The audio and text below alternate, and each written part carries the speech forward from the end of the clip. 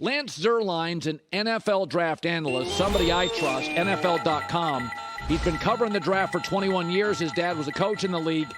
So I looked at your mock draft and mine top 10. And we both had one thing in common. I would not draft Anthony Richardson, the Florida quarterback, in the top 10, even at his combine. He is so raw. He's not going to be a quarterback for me. You have him picked at 14. Why?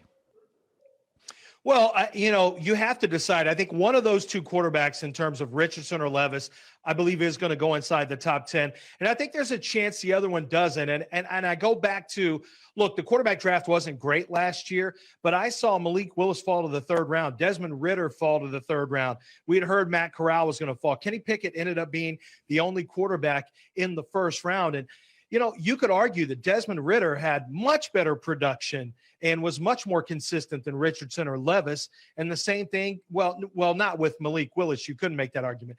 One of the things I learned about Malik Willis was it's still possible for a guy who doesn't have great tape to get drafted where the tape, said it was. And you kind of avoid the media hype. And when you look at Levis, his tape is bad from this year. Richardson has, he has flashes. He certainly has ability and has talent. You could say the same thing for Will Levis. But Richardson's tape is very spotty. It's very uneven, and he has a lot of things to work on. I like the upside of both of those players, but it's undeniable to me, Colin, that when you look at those quarterbacks, you have to have a plan, and you cannot rush them. You cannot rush Anthony Richardson, especially because I think Anthony Richardson really has to go through more football. He hasn't played a lot of football. So for me, I looked at Bill Belichick and I thought, this could really be interesting. I had him going 14, but I could see Bill Belichick making a move, jumping up there and saying, I saw how the Eagles did it with Jalen Hurts. I'm going to try the same thing. I'm going to move Mac Jones in a trade, get some trade value back for him, and let's try to develop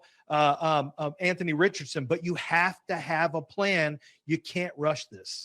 The Will Levis thing, and I think there's some traits you would like. Will Levis is interesting because I had an executive in the league tell me on his tape, I don't like his judgment.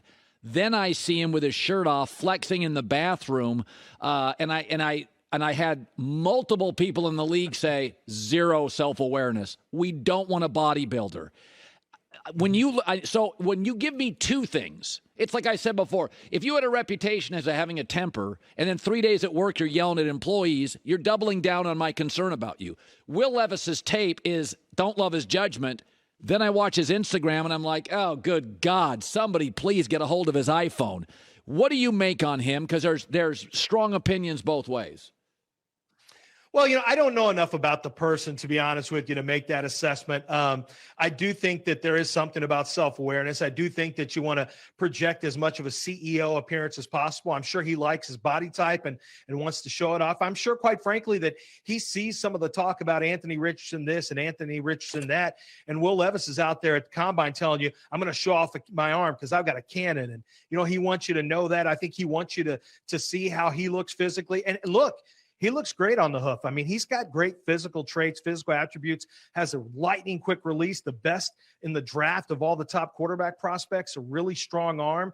But I don't care about all that. I care about what are your decisions like when the bullets are flying and the heat is on? How do you handle it? And I didn't think he handled it great on tape in 21 or in 22, but especially 22. How are you when your team is having a rough time over a 3-game stretch? Do you have that ability to lead them into a better place and for them to trust you? What are you like whenever you've got a lead and you're trying to close out a game in the fourth quarter? And then most importantly, how accurate are you? And then what type of touch do you have? So the body types are great. Throwing the ball 100 miles an hour is great. The ability to run the football, that's all great. But those things that I just talked about, Colin, those are areas where I think Will Levis and Anthony Richardson have not shown those elements yet. And C.J. Stroud and Bryce Young have showed you that. So you're projecting on the other two guys. And with Levis, you're really projecting because he does not have the same, athletic capabilities that Anthony Richardson has. So it is a tricky game. You just got done talking about Daniel Jones. Not only are you making a pick for this draft, but really you're hoping that you have to make a decision about second contracts. So quarterback drafts are extremely complicated. Finally, because Lance is also a host on the bench in Houston 97.5. If I said to you, forget all the character, forget everything, Bet you look at this tape all day. This is what you do.